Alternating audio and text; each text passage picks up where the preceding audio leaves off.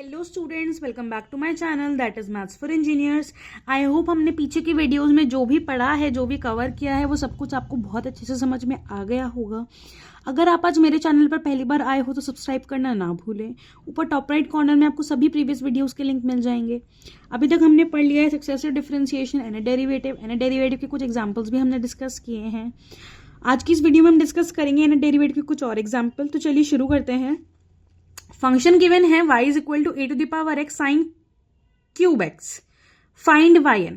अगर यहां पर होता A to the power x sine 3x तो हम डायरेक्टली फॉर्मूला अप्लाई कर लेते जो हमने 7th 8th फॉर्मूला में पढ़ा था, A to the power ax sine ax plus b। पर क्योंकि यहां पर क्यूब है तो हमें अब फॉर्मूला को चेंज करना पड़ेगा। चेंज कैसे करेंगे? साइन क्यूब एक्स से रिलेटेड हमने एक फॉर्मूला पढ़ा था कि sine 3x is equal to 3 sine x minus 4 sine cube x. यहां से साइन क्यूब एक्स की वैल्यू आ गई, ठीक है। यहां पर y में पुट कर दो।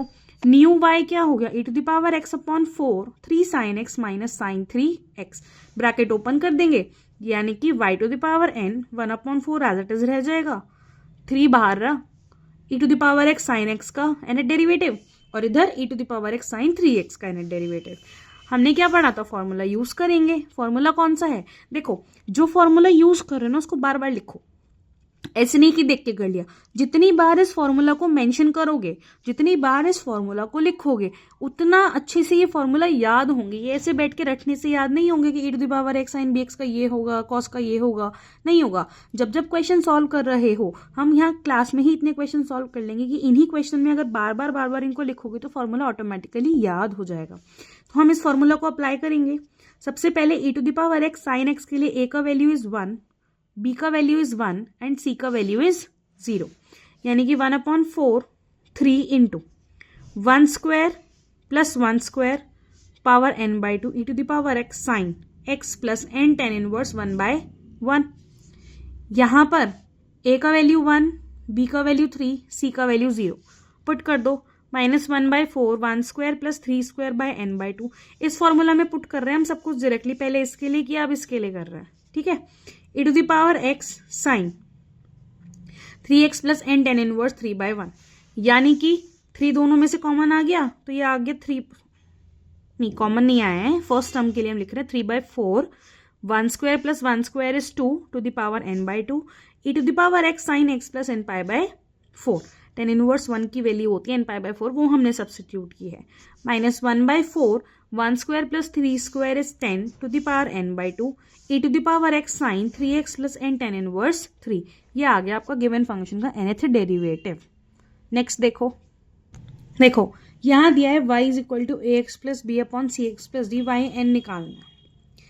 थोड़ा सा ट्रिकी क्वेश्चन है, इसमें बस समझने वाली बात ये है कि अगर हमारे पास न्यूमिनेटर और डिनोमिनेटर में x की जो डिग्री है या x की जो पावर है वो सेम है तो हम डायरेक्टली सॉल्व नहीं कर सकते। जैसे आप फ्रैक्शन में पढ़ते हो ना, हम मिक्स फ्रैक्शन निकालते हैं, अगर न्यूमिनेटर की वैल्यू बड़ी है डिनोमिनेटर की वैल्यू छोटी है तो हम मिक्स फ्रैक्शन में लिखते हैं। इसी तरीके से जब हम पॉलिनोमियल्स के साथ डील करते हैं, अगर न्यूमिनेटर डिनोमिनेटर में x की जो हाईएस्ट पावर है वो सेम है तो हम ऐसे सॉल्व नहीं कर सकते। हमें क्या करना पड़ेगा? हमें इनको डिवाइड करना पड़ेगा, मिक्स फ्रैक्शन बनाना पड़ेगा। मिक्स फ्रैक्शन बनाने का मतलब है सी एक्स प्लस डी को हम ए एक्स प्लस बी को डिवाइड कर देंगे। अब डिवाइड रूल आता है पॉलिनोमियल में, किस तरीके से करते हैं? यहाँ पर ए एक्स है तो मुझे इसमें किसी ऐसे नंबर से मल्टीप्लाई करना है कि मुझे ए एक्स ही मिले सबसे पहला टर्म।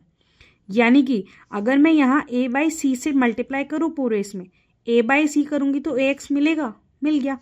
ए बाई सी से इससे मल्टीप्लाई करूँ तो ए डी बाई सी मिल गया। दोनों को सब्सट्रैक्ट कर दो, ये कैंसिल, तो ये मिल गया B minus A D by C. अब इसको मिक्स फ्रैक्शन में लिख लो, A upon C plus B minus A D by C upon C x plus D. Basically ये पूरा का पूरा टर्म मल्टीप्लाई में है ना, इसको मल्टीप्लाई में लिख लो। अब देखो हमें क्या करना था? इस y का nth डेरिवेटिव निकालना था। अब निकालो, ये कांस्टेंट टर्म है, इसका डेरिवेटिव 0, ये कांस्टेंट टर्म है, ये एज इट इज रहेगा। ये हमारा किस फॉर्म में आ गया? 1 अपॉन ए एक्स प्लस बी का फॉर्म है, तो डायरेक्टली फॉर्मूला लगा दो। फॉर्मूला लगा के क्या मिल जाएगा? वाई एन निकालना है, b माइनस ए डी वाई सी कॉन्स्टेंट है तो ये एज इट इज रहेगा। बाकी पूरा फॉर्मूला एज इट इज लिख दो, a की जगह c, b की जगह d। तो ये आ गया हमारा गिवन फंक्शन का nth derivative. This is the way you have to solve the questions for nth derivative. कुछ होमवर्क के लिए क्वेश्चंस देख लो। देखो एन से डेरिवेटिव निकालना है, मैं सिर्फ कन्वर्जन बता रही हूँ कि कन्वर्जन किस तरीके से होगा। अब इसके बाद इसमें एन डेरिवेटिव आप खुद अप्लाई करना। हमें दिया हुआ है लॉग √2x + 1/x - 2, यानी इसकी होल पावर 1/2 है। लॉग में अगर यहाँ पावर हो तो ये मल्टीप्लाई में आ जाएगी बाहर, और ये डिवाइड में है तो यानी कि ये माइनस में आ जाएगा। तो ये आ गया 1/2 log 2x - 1, ये भी log ax + b की फॉर्म बन गई, और ये आ गया log x - 2, ये भी log ax + b की फॉर्म बन गई। इसमें अलग से अप्लाई होगा, इसमें अलग से फॉर्मूला अप्लाई होगा, और एन डेरिवेटिव लिख देना। ये कर लोगे सेम उसी तरीके से होगा। साइन क्यूब एक्स का हो जाएगा, साइन 3x के फॉर्मूला में साइन क्यूब एक्स आता है, वहां से साइन क्यूब एक्स की वैल्यू निकल जाएगी और एन डेरिवेटिव निकल जाएगा। सेम ये हमने भी क्वेश्चन करा था sine square x cos cube x का, ये है sign cube x cos square x का, बिल्कुल सेम उसी तरीके से होगा।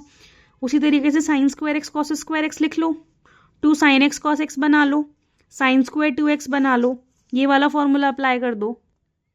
ये फॉर्मूला अप्लाई करने के बाद यहाँ पर दोबारा से 2 sin a cos b का फॉर्मूला लग जाएगा, उसको अप्लाई कर दो। तो यहाँ पर अब ये sin ax + b बन गया, ये sin ax + b बन गया, ये भी sin ax + b बन गया। अब इनको सॉल्व कर लो, इन्हें डेरिवेटिव निकाल दो। ये क्या है, e⁻x sin x, ये तो डायरेक्ट फॉर्मूला है ना, e⁻x sin ax + b, formula apply कर दो। This is the way you have to do it. आज की इस वीडियो में इतना ही।